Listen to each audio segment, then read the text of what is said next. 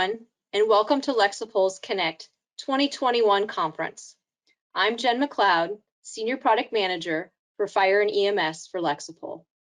In this session, we're going to discuss how combining online training with in-person training can benefit your organization.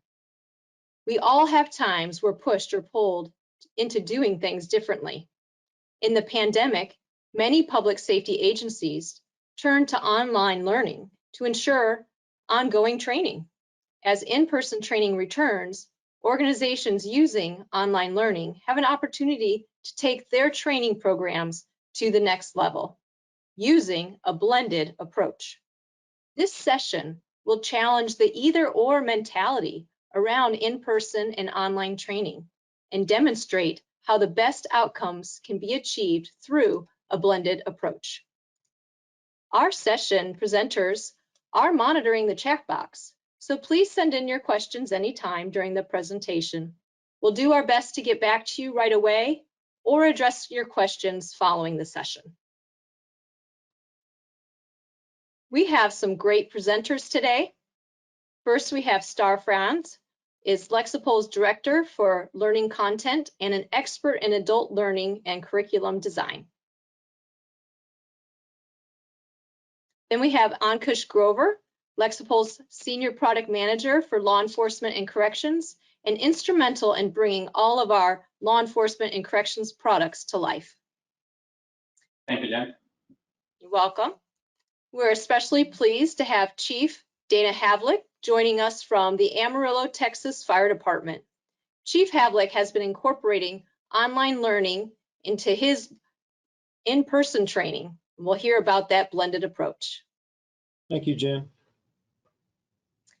And again, I'm Jen McLeod, Senior Product Manager for Fire and EMS, similar to Ankush, and I'm happy to be here with you and be your session facilitator today.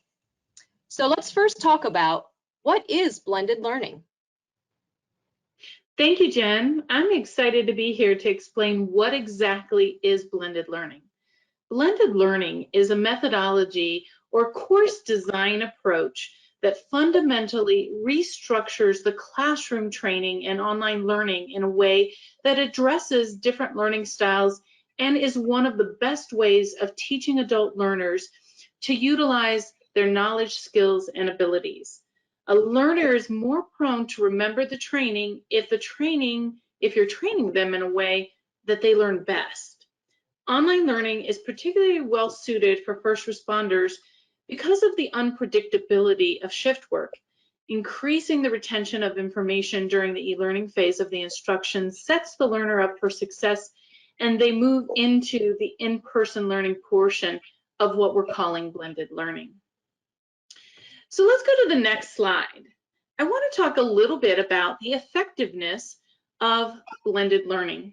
Here are a few statistics that should be of interest to you.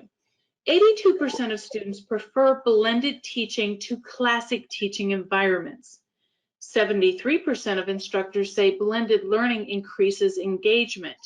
And 60% of instructors notice blended learning improves knowledge, skills, and ability. Now I'd like to turn it back over to Jen and our special guest to talk about exactly what that means from his department.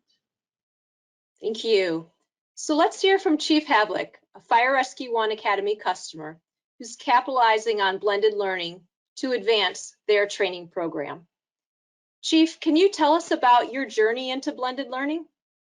Well, we started about 3 years ago under a different learning platform when we discovered that we needed to maximize the amount of time that our firefighters spent on the fire ground.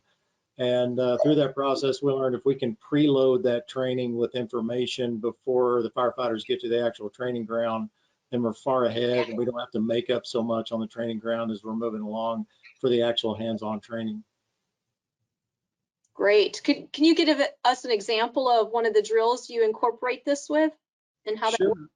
Yeah, we've incorporated in several drills. One of the most recent ones in 2019, we did a high-rise drill. We're a large 100 square mile area, and we have a very small urban environment. So that high risk, low frequency event of fighting fires in a high rise structure is pretty uncommon for us. So that was one in which we needed to update some policies and procedures. We needed to remind our firefighters of the dangers and the particulars of fighting fire in a high rise structure. We were able to acquire a structure to do that. But in the meantime, we had to get our firefighters the knowledge and refresh them on the knowledge and our procedures and policies when it comes to high rise firefighting. So that was our big foray into the blended learning, in which we could get that information out. We could remind our firefighters of the uniqueness and the difficulties of fighting fire in that situation. And so we preloaded all that by issuing some classes, some of our procedures that honestly aren't often looked at in our procedure manual, gave them some new insights on some changes that were coming up in our procedures, and kind of preloaded all that information. So when we got to the fire ground and we had limited time to use the acquired structure that we had, we were able to get right into actual drill work and working on the simulated fire ground, and not have to kind of go over all the stuff that they should have already known going into that environment. That's great. So would you have an estimate, you think, of, the time that saved you on the fire ground and your ability to have more, hands-on training time then? Oh, I would guess it would probably saved us at least a couple of hours. That allowed more hands-on when we're actually drilling, when we're putting our crews through their evolutions during the training. And just the ability to have that information, not have to do a pre-classroom session at the drill ground and then go right into the actual firefighting. It allows us to get hands-on sooner in that environment. Yeah. Oh, that's fabulous. Great. So what difference would you say you've seen in your training program, since incorporating the blended approach? The main difference is especially, like was mentioned earlier, with complications of shift work, our firefighters online have the ability to go in and review that information at their leisure at the station, and it gives them that information up front so that when they show up, they're ready to go to work. So it's been a huge advantage for us to go to that type of format. Oh, great. Okay. What would you say to folks who, now they're getting back to in-person training and they want to just focus on that? I would say, first of all, it's a time saver. Just as a training officer, especially in those events, we like to train on new techniques. We like to focus on things that we typically don't do on the fire ground, and also, refresh the basic skills that we have. So to get that information up front to our folks out there on the line, allow them to review it, have any questions prior to that, have questions ready for things that have changed, or new things that we're going to do, so that when we get in there, we can have that information ready for them. They can ask questions in advance by email or chat or whatever in advance, so that and plus there are questions everybody has, but a lot of times people don't ask those questions. So having that information up front, you're going to answer those unasked questions for those firefighters that show up during training. Great. Yeah.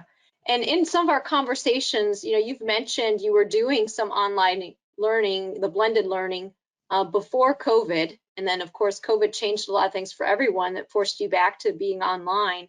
And now you're starting to incorporate in-person training again and moving back to blended learning. What activities have you planned, and will you do anything differently from what you were doing before? No, our current drill schedule right now, our next drill coming up is going to be, we're going to do a 4-hour night drill. So our time is really compressed.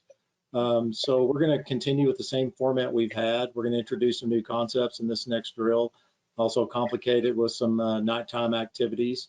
So just allowing to maximize that 4-hour drill schedule is huge. We're going to preload that with some information going into the drill, and we're going to conduct the drill. Our drill cycle is 15 days, so it takes 15 days to get the entire department through the drill. And then at the end of that drill, we're going to ask for some feedback. We're going to do some surveys and maybe even some testing as well at the end to see how much they picked up and learned, so we can kind of assess where our drill's at and then examine that and take that information and improve the next one down the line. That's great. And that's something the platform allows you to do with those surveys and assessments, is do that within the Fire Rescue One Academy platform, correct? Is that what you're planning to do?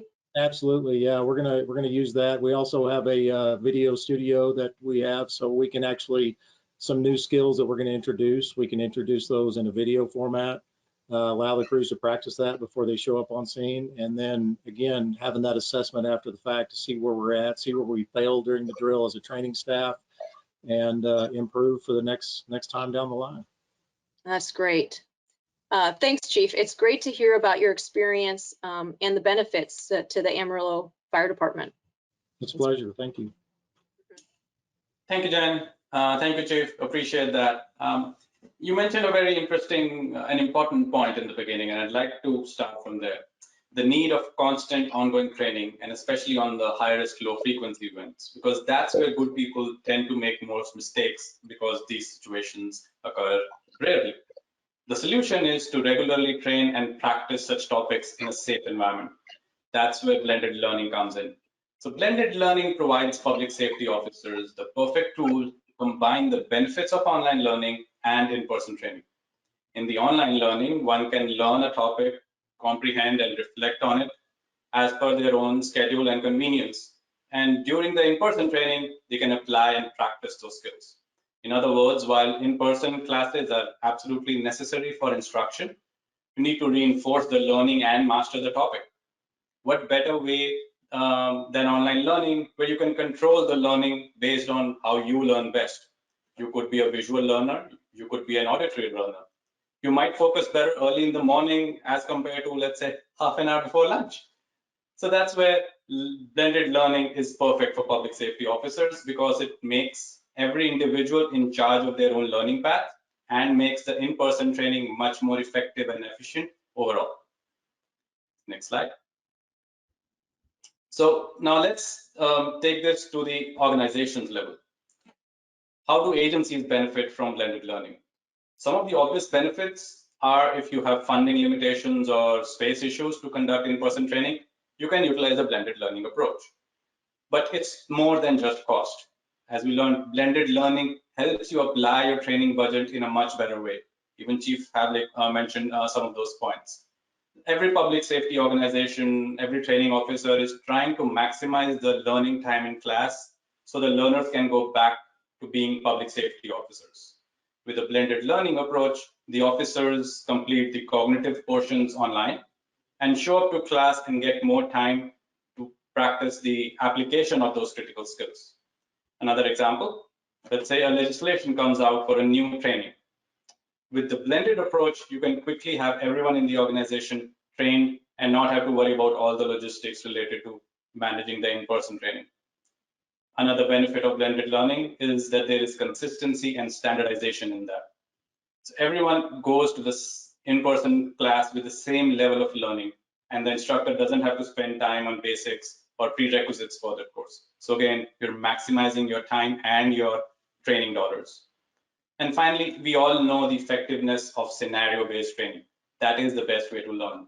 With online learning, you can learn from and go through as many scenarios as you want, as many times as you want.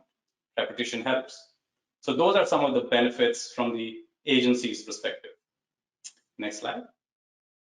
And if you're still not convinced that blended learning can be a very effective learning tool for public safety officers, here's some data to support the argument. Based on a recent research done with around 500 Florida officers, 54% agreed to the statement that prefer a combination of online and physical classroom learning, whereas only 10% said they need face-to-face interaction. That is the definition of blended learning. So that is clearly the preferred way to learn. I'll now pass it on to Star now, so you can hear ways in which you can incorporate blended learning at your organization. Thanks, Ankush. Yeah, let's talk about the 5 things you can do to start incorporating a blended learning approach. It doesn't take much. First, you can use the concept for pre-work before the person's in the classroom. This allows the individual to be more prepared for the actual in-person training. We heard the chief talk about doing that at his department. This can be as simple as using an assessment tool to test the knowledge before the classroom to gauge the understanding. It could be done as a pre-test. Pre-work assignments is another great way to use blended learning, whether it's a video or a course, especially if you have a gold standard video, something you want everybody in your organization to know and get the same message before they go to the in-person training. It can help streamline recurring assignments or compliance training. There's lots of ways you can do it to be very productive and save time and money as you're doing it. Any one of these things can be done, especially when you're just getting started. Just take one step. Then you can start combining steps, starting with the higher risk topics like we just talked about, that maybe you need more practice with. And you can combine the requirements to create a topic curriculum in the Academy LMS that will allow for learning plans features, and Jen will talk a little bit more about that. And as Ankush pointed out, now you have a template that can be repeated as well as applied to other topics. Next slide. So the other three things I want to talk about is you can incorporate a blended learning as post-training as well, like follow-up assignments. You have a classroom environment, you train them to keep the skills fresh afterwards. Put an assignment online and have them do the training. It's great for just-in-time training, so you can reach a lot of individuals through a short online training or procedure quickly with minimal effort. Also, this approach will also allow for you to test skills over time. Perhaps you train in the classroom, and then you want to see and assess competencies that has been gained in that classroom over time, maybe perhaps 30 days, 60 days, 90 days. That's a great way to use the online training as post-training. This is especially useful to close the loop on learning key points. And again, any one of these things can be done alone or combined together, especially when you're just getting started. Just take the step. Now I'm going to turn it over to Jen, and she's going to talk about the Academy features that will allow you to do that. Thanks, Star. Yeah, now let's talk about some features that our Academy LMS has to help you with this blended learning approach. The Events Manager, which is an add-on feature, helps you manage larger training events, in person or online. You can require prerequisites before an event and track completions. This feature makes managing larger training events easier. Second, we have our Custom Courses tool. This allows you to create your own course. You can upload videos, create quizzes, and use our authoring tools with no other software needed to create training courses. So, like we said, if you have a gold standard video that you want all of your staff to see, you can do that quickly and then assign it to one or many individuals. Third, we have our assignments feature. This makes it easy to assign out a Lexipol course or your own custom course that complements your training topic prior to or after your in-person training with just a few clicks in the system. Once you've mastered assignments, you can also use the Learning Plans feature to bring together groups of courses to build a core curriculum. For example, like a new hire onboarding series or compliance training. This allows you to standardize your training over time, shifts, as well as save you a lot of time and organization. You can be creative and build out as many plans as you need to meet your training goals.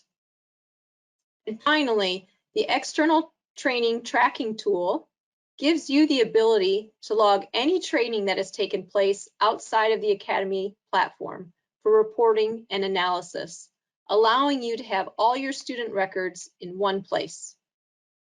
Now, you don't have to dive into all of these at once. Try one or two things, make adjustments, and as you work it out, you can expand your program. And of course, our Academy support staff is here to help you all the way. So Chief, let's come back to you. Let's hear from you about which of these features you have used for either pre or post training. You mentioned a bit earlier about assessments and surveys. Anything else? Well, just using the custom courses tool is great because, like I said, we do produce some videos in-house, and even if you're not using a video, a lesson plan or a procedure or something like that assigned pre-training is valuable. So that's used quite a bit. Another great feature about it is it allows us to track. So when a group of individuals gets to training that day, I know if they've completed their pre-coursework prior to showing up. So that's really helpful. That's great. That's really good. Where would you recommend someone get started who hasn't done any blended learning at all? My recommendation would be to think about how to maximize your training using the best, whatever training block or segment that you have.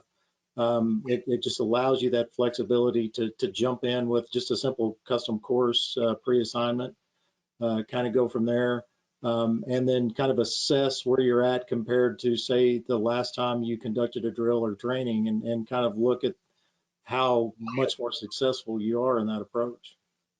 Okay, thank you. Appreciate that. So I believe that wraps up our session today. I hope you have a few takeaways and perhaps even some motivation to try some blended learning in your next training session or to take it to the next level. So thank you, Chief Havlick, for your time and joining us today to talk about your experience, and to my colleagues as well. On the screen, you see our email addresses. Please feel free to reach out to any of us if you have questions or reactions to this presentation or would like to learn more. So thank you all for joining and being part of Connect 2021. Be sure to check out the other great sessions and have a great day.